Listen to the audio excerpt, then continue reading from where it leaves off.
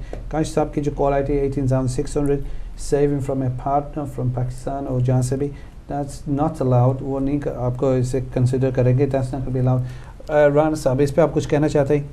جی saving کا کچھ ہوتا ہے, اگر ان کی ادھر سیونگ ہو جی اس ملک میں تو اس کو وہ کنسیڈر کی جا سکتے ہیں, لیکن پاکستان پارٹنر کا نہیں لینے. No, that's not going to be allowed. Again, Kashif from London جو شاہد صاحب آئی تھی کال, لانگ ریزیڈنسی. صاحب نے پوچھا تھا کہ ان کو 10 سال ہو گئے ہیں, انہوں نے under the long residence apply کیا ہے, تو وہ پوچھ رہے تھے کہ ابھی تک ان کو جواب نہیں ہے. Normally home office can take between 3 to 6 months on processing applications. صرف یہ میں ان کو بتانا ضروری سمجھوں گا کہ he should have made sure that within those 10 years there wasn't any break, because Home Office is very strict. Even a 1 day constitute as a break. So as long as you've been validly living here on a valid visa for 10 years, then you have nothing to worry about. But normally Home Office do take considerable amount of time to process. آپ کو ایسے گھبرانے کی بات نہیں ہے, تو تھوڑا ویٹ کریں, آپ کو انشاءاللہ آ جائے گا.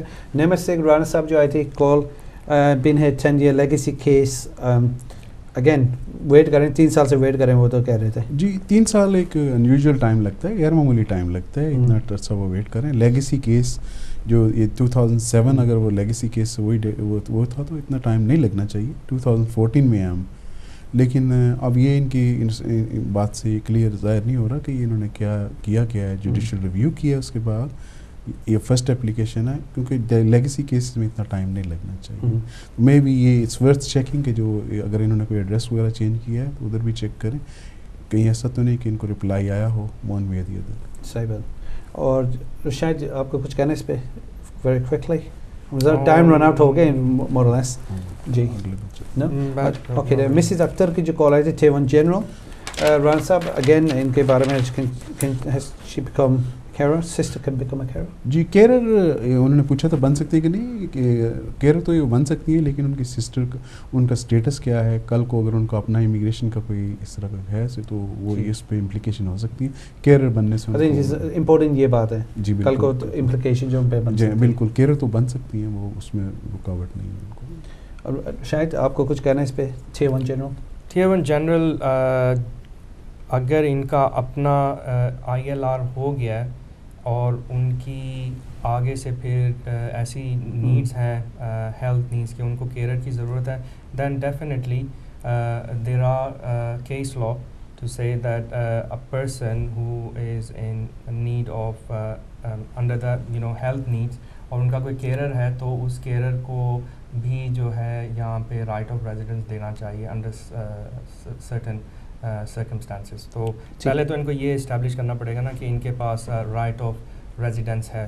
ٹھیک ہے, شکریہ آپ کا ران صاحب. شاہد صاحب اگین ہمارا ٹائم رن آؤٹ ہو چکا ہے پروگرام سے, اینڈ آپ سب کا شکریہ ہم کرتے ہیں فار پٹنگ کویشچنز, اور انشاءاللہ آپ نے جو بھی ہم سے کویشچنز کرے ہم نے کوشش کری سب کے جواب دے. بہت سارے اور کالیں آ رہی تھیں جن کو ہم جواب نہیں دے پائے بیکاز ٹائم رن آؤٹ ہو چکا ہے.